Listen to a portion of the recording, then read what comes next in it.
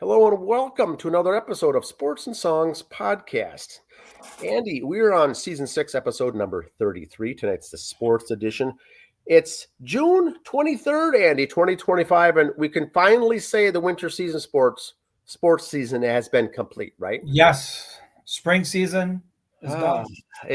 We'll have a lot to cover, but one of them was we'll cover, the NBA season coming to an end, the NHL season coming to an end, more on the show. But let's start off with the trivia question, and we'll get to all those fun things. All right. Andy, the last 6 Stanley Cup champion, Stanley Cup trophy holders, last 6 years, how many of the teams that won are from the South, a southern state, a southern city? In other words, how many are non-traditional hockey towns of those last 6? All right. We know the winners were Florida Panthers. That's a given, slam dunk. It's So one. Florida won it. But how many other ones in the last 6 years? We'll get to that answer at the end of the show. All right. Here we go. First of all, we talked about how we call our shot here. We mentioned something, then funny, you see it somewhere else later. I was watching the Twins play the other day. I saw former Met Harrison Bader make a nice catch, diving catch. He's got some nice salad. Oh, yes. And I looked at him and I said, man, he reminds me of the wrench. He reminds me of Dan Gladden. So I posted on Facebook, is Twins outfielder Harrison Bader this team's version of Dan Gladden? Gritty, 110% every day, never a clean jersey, not an all-star, but an everyday player who will do what he has to do to win a game. So today, before the show, I wanted to see if there was a picture of the two of them on Facebook or on the internet. Okay. So Harrison Bader and Dan Gladden is what I put in. Here's what I got. Harrison Bader, a current Minnesota Twin, has been compared to former Twins player Dan Gladden due to their similar playing styles, particularly their hustle and defensive prowess. Really? Wow. Again, you're welcome, Google AI. So it is. So this was the answer on Google AI. Yes. This was the answer on Grok. Yes. So Google AI follows sports and songs. I can see the similarities. That is awesome. And I like the word gritty, always playing 110%, not giving up. They use gritty. Bader's got a little bit of a temper. We'll do see him slam that helmet down and that bat down, and which is fine. I have no problem with it. Most guys are more respectful, but he plays at such a high level that he does get frustrated. But I think he's a great fit for this group. Dan Gladden. 2026 first-time Hall of Fame caliber or candidates for MLB. I looked at the list, Dan. I don't see a single one that belongs in anyway. First time, second time, 10th time. I don't see any of them that belong in. My opinion. Yeah, it's the names that jump out are Alex Gordon and Ryan Braun. And maybe Cole Hamels. Maybe. As good, solid baseball athletes. But Hall of Fame? Yeah. Nope, none of these. Howie Kendrick, I don't even remember him. Neil Walker, I remember him, but Hall of Fame list? Really? Sin-So Chu? Really? No, it's just been so many years since you retired, so now you're eligible. Yeah, so this is the first time. This is the first round. Now they'll vote and get. Of these 12, at least 8 will get dropped, if not 9 after the first round, because you got to have so many percentages to carry on. Okay, but these are the ones that are just eligible. Okay, first time eligible. Yep. Yeah, I don't see any big names here that would be Hall of Fame worthy as far as what we would consider Hall of Fame. And wasn't Ryan Braun suspended for PEDs? I think so. So he's on the list. So where's McGuire and Sosa and Bonds and Clemens? Yeah, they should already be in the Hall of Fame. Sorry. All right. This was almost my soapbox. This one guy going off the perfect example why MLB should not have 162 games, which I think is crap. Dave Roberts had a relief pitcher throw 110 plus pitches, then brought in a position player halfway through the game. No, that's not the problem. The problem is relief pitchers and starting pitchers aren't conditioned to go that long anymore. That's the problem. Where it used to be maybe a 5-man rotation. That was it. You got to the playoffs, it was a 3-man rotation, period. And now it's like, well, he needs his rest. And, well, this relief pitcher can only go an inning. That's his specialty. He's done. That's why you have to have position players pitch so often now. Mm-hmm. More. Yeah, that's the specialization is nice and good to have, but they're all pitchers. You should be ready to go. Is it going to be perfect on your 2 days rest? Maybe not. Maybe you could get injured, but there's a whole list of guys in AAA ready to go, and in AA, and in Single A, and free agents on the waiver wire that are ready to go. There's a lot of supply out there versus demand. Yeah, and just maybe your guy who's supposed to pitch in 3 days, or the guy who pitched yesterday. And I know these guys get their extra. They don't pitch and then sit 5 days twiddling their thumbs. They get workouts and everything else. Here's your workout. Go get an inning in. Thanks. Yeah, they do. The bullpen sessions, and it's a very regimented thing. The starting pitchers, what they do every day. Mets. I admit it. 1-8. They're losing right now to the Braves at home. I don't know. And I hate to say this. I know how it started. I remember last year how the turnaround began. And on the anniversary of this happened. Grimace pitched different Tiffy time throughout the first pitch, and that started the 7-game losing streak. Tiffy time? Local Tiffy time did? Our girl Tiffy. Oh, my. I don't think I knew that. She threw the pitch out on the 1-year anniversary of when Grimace did. Grimace turned around the season for the Mets last year. Sweet Tiffy did it this year, and there's lots of jinxes in baseball. I still love my Tiffy, though. She's wearing the belt. Look at that, wearing the belt. Yep. Awesome. And there's the Mets standings going into today, 1 game behind. See, I'm a true professional. I will talk about them when they're not doing well. And you know what makes it hard to win your division? Being 3 games below 500 on the road. Don't win the division by being below 500 on the road, unless you're the 87 Twins. Yep. Mets are playing 4 home against the Braves, and the Phillies have today off and got the next 3 at Houston. So this should be time for us to turn it around. Awesome. Time for the Mets to turn it around. Still a fan, though. Still love my team. And now, the coveted soapbox. Award-winning. Farm Cable award-winning. Farm Cable, yes. Why do people schedule these games? U.S. Women's Under-16 team beat the Panama team by 119 points. Why? We raised money. We spent money for these girls to go down there and do really.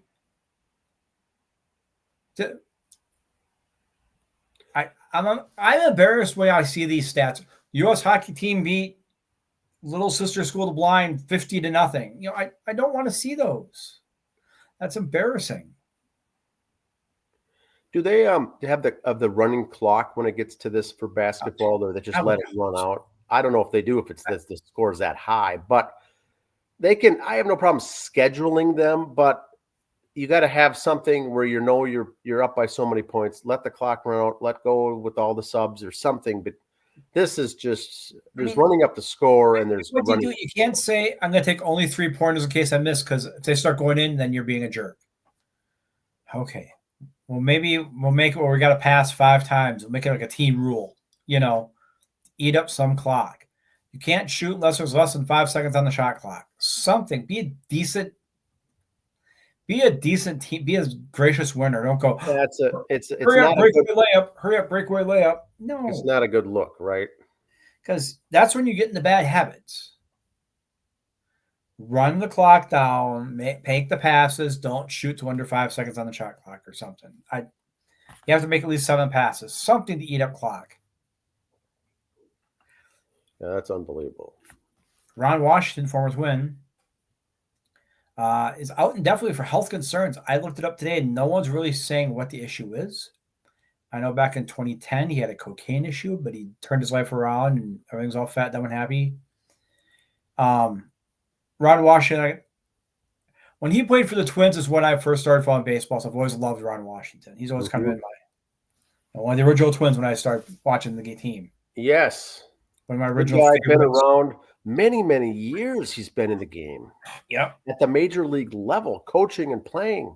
Yeah, he's coached consistently since 2007 or something like that. So either a head coach or a base coach for other teams.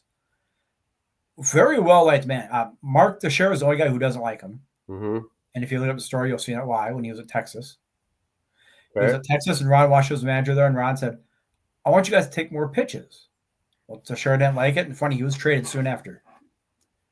So to coach for the Braves, to coach with the A's and Texas, those are some good. He took Texas to 3 straight World Series or 2 straight World Series and the ALCS.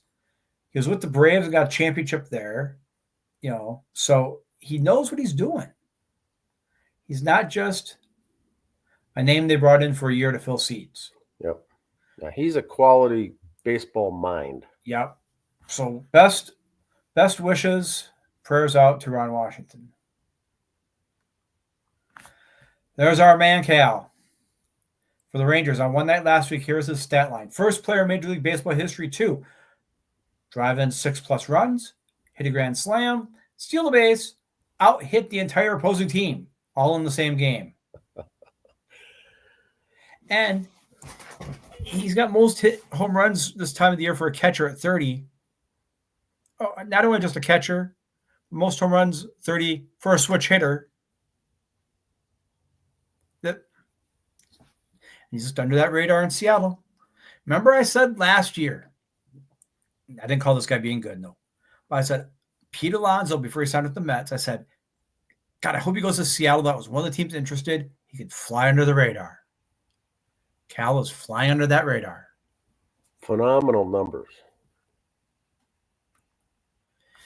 All right. Now, there was an incident, fever game. Caitlin got someone scratched her in the face, and Steffi got all up in her face and protected our girl, Caitlin Clark. Well, funny, ever since then, her jersey sold out. She's got 1 million more followers on TikTok and 840 more followers on Instagram, which I was already on the Instagram part already. I'm too old for TikTok, and I don't own any NBA jerseys. So, but yeah, you stick up for Caitlin Clark. It's stats like this that show what the real pulse of the league. And see, everybody's going, oh, they're girls. They don't want to see us. Oh, yet when the NBA played like that in the 80s, we couldn't get enough of it. And you look at her going, she's just one of those pretty girls on Instagram and this and that. She wants to be a little tough. She's not really tough because she played football in high school and was the homecoming queen. Nice. She was the kicker. Sophie? Yeah, look at that little face. Look at that. She's the best. And then KG said this about Caitlin Clark, not Chris Gustin, Kevin Garnett, KG. Nice. It's a privilege to be in the position where others are hating on you. When others are hating on you, it means you're doing something right. KG should know. Yep, that's good. That's a good point. Matthew Tkachuk of the Panthers. This is just where LeBron takes his dives. Other guys are, I got a boo-boo hang now. I need 2 days off. Broken pinky. He revealed that in the playoffs, he went to the playoffs with a hernia and a torn muscle, which had torn away from the bone. And he still played because he's a hockey player. He's tough. Oh, my. That is the best. He played with a hernia. Imagine just lifting and putting on that sweater and the pads. The muscle had torn away from the bone. Okay, I wake up in the middle of the night because my arm's sore because I fell asleep on it. Okay. Yes. Yeah, that's us. That's old people, but dudes. But this is just fantastic. Not all heroes wear capes right there. That is just unreal. I saw that and I thought, you'd man. Remember that Chris Farley bit when he was BS Iron Live goes, Remember that time and he says something really embarrassing? Yes. Well, not all athletes like that. Jay Cutler, I get fans asking me about my career a lot, like about games. Stop doing that. I don't remember that shit. I'm not a nerd. I know I'm going fishing tomorrow. Quit asking me about TEs I threw for teams I played for. That's nerd shit. Wow. He's kind of got a point though. Mm-hmm. Unless he's at a card signing or something like that, if he's at the store getting a Pepsi and a recess and getting gas, leave him alone. Hey, how's it going? Say that to him. Boy, that's Remember yes. that time in that game you threw an interception? You threw a touchdown? Remember that? You're a nerd. Get away. Yeah, that is a little too much. Now, the opposite is you are in the public eye. You were an NFL player. That's to be expected. You may or not may like it or not like it, but you are it's like being a rock star. Gene Simmons, Paul Stanley. You're going to get stuff of those kinds of comments, but the general public needs to just throttle it back a little.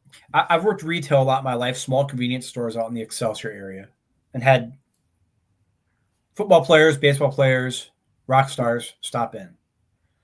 They're just regular guys stopping in. How's it going? I never taught their game or their music with them at all. And see, that's a lie. One guy I did. Randall McDaniel came in. The right answer, because you treat them with respect. They're regular, everyday people. If they're at a signing, at an autograph show, bring up whatever you want. But. That's a lie. Randall McDaniel, I did talk football, kind of. He came in, guys gas, pop. And I was like, all right, see you later, like I would any other customer. And it was a Friday, and he's about to leave. I looked, there was no one else in the store. I said, hey, have a good weekend. And I left it at that, and he knew what I meant. Yes. Without going, oh my God, you're a football player. He said, thanks, I will. And just left it at that. He still came in the store afterwards. He was another story for him. I think I've told this one on the show before. It was like this time of year. He came in the store on a Saturday, gassing up the truck, and he's got the wife in the car. And he comes in, he's getting snacks and pop. Hey, what's going on today? Like you would any other regular customer. Oh, I had the Mankato going for our buddy's wedding, Oh, all right. All right, well, see you later. Drive safe. All right. He comes back in 30 seconds later, his head down. I let the guy I was working with, we let him go, you forgot her pop, didn't you? Yeah. Big old whipped Randall McDaniel had to come back in for a Diet Pepsi. Yes. So he was human too, and we just gave him the business like any other guy who forgot the wife's Pepsi. That's love it. So yeah, that's my Randall McDaniel story. I got Prince stories. We'll tell that on a Prince Day some other time. But that's what I got. I said hockey. The hockey players I've always said are just super double tough. You always hear them playing with a finger falling off, like NFL players in the 80s used to be. Not now. They got to lay there to the camera on them. But yeah, it's very interesting to see who pay the pain threshold and whatnot. Yeah, it's a very strange thing. All right, that's my 2 cents. What you got?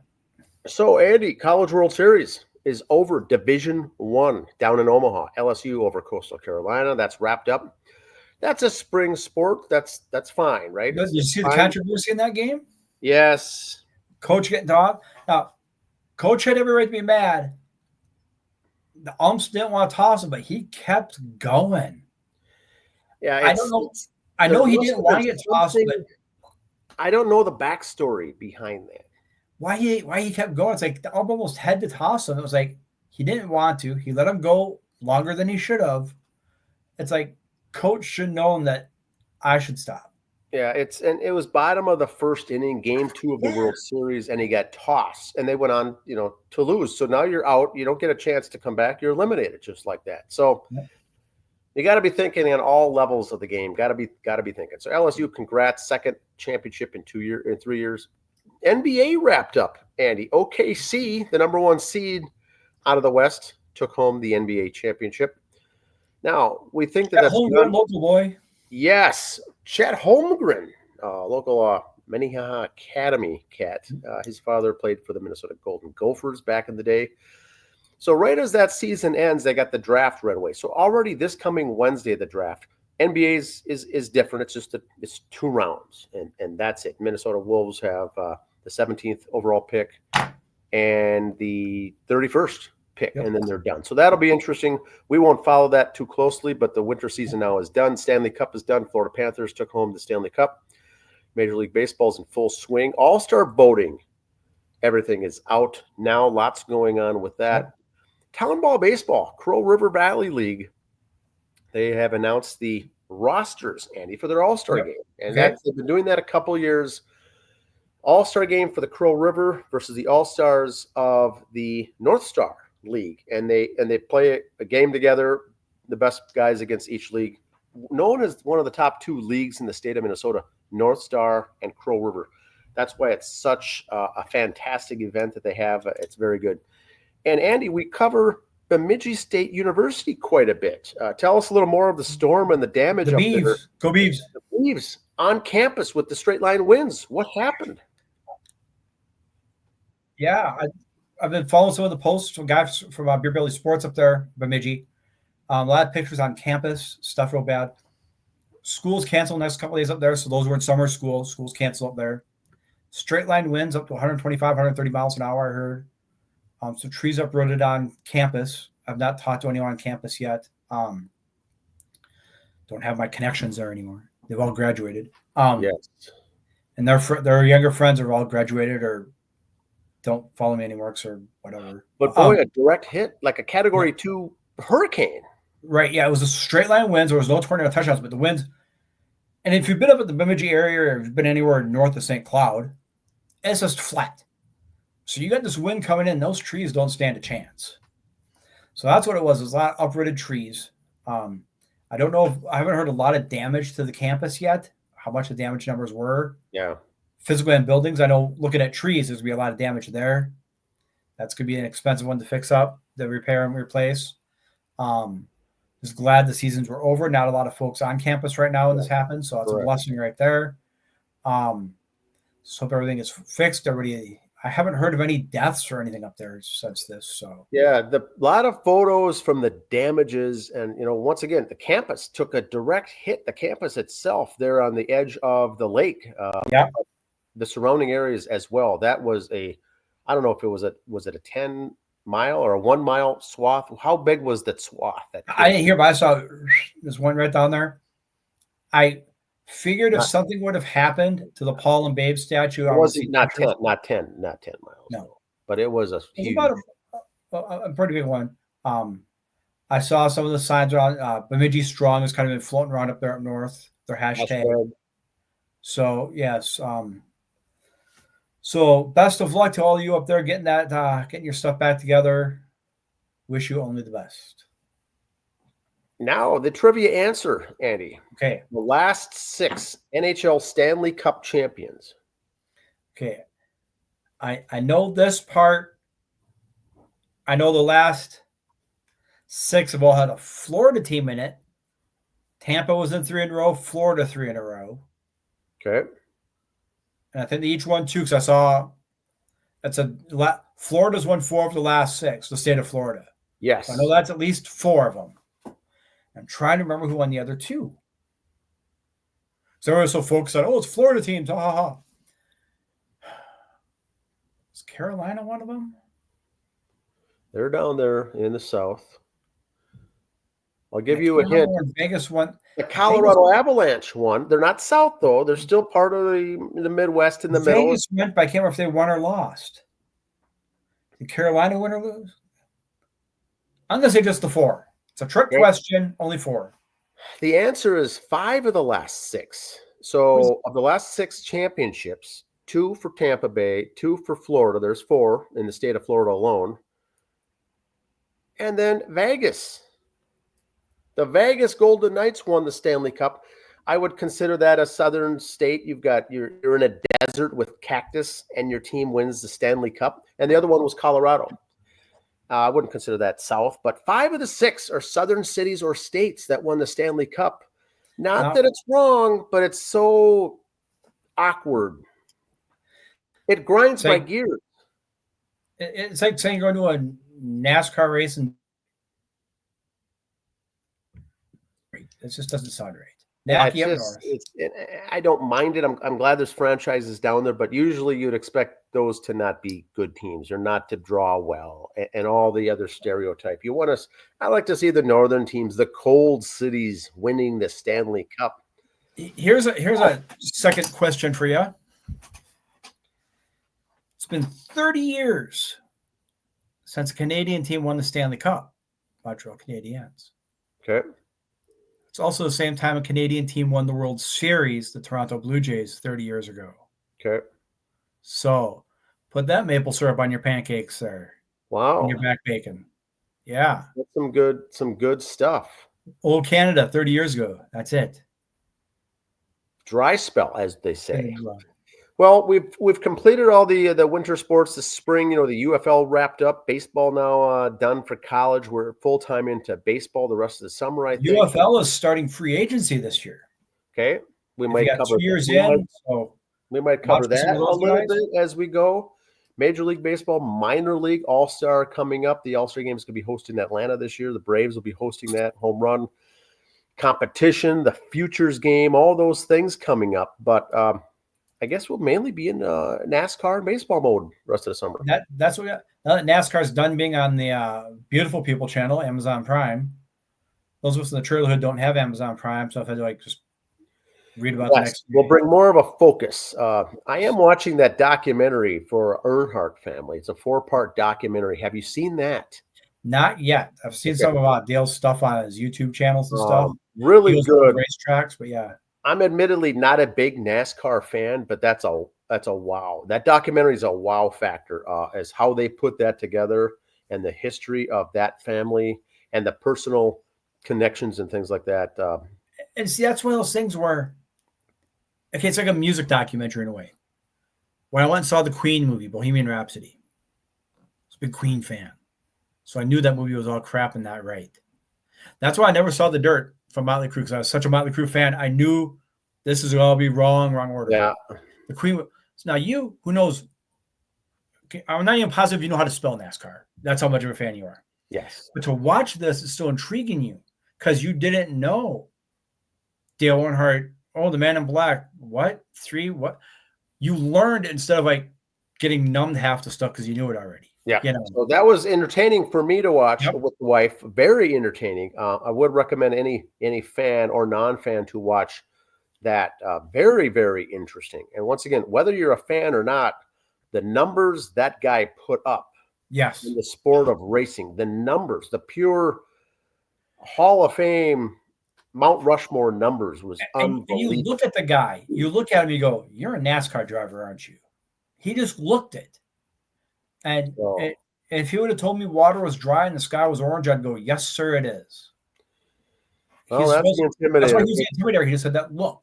It's fun stuff. And once again, whether you're a fan or not, whether you like race car or not, whether you're a NASCAR fan and don't even like Earnhardt, try to watch that documentary. It's 4 parts. It's not that long. It's fantastic the way they put that together, but got 1 episode to go. Was that Netflix or Hulu, you said? I think Hulu. No, maybe it's Netflix. I'm not even sure, but it's very good to watch. We'll promote it down the road here after you watch it, Andy. I'd like to get your thoughts on that. Yes. Good stuff. We'll see you back next week here as we round out the month of June already. Ta-da. See ya.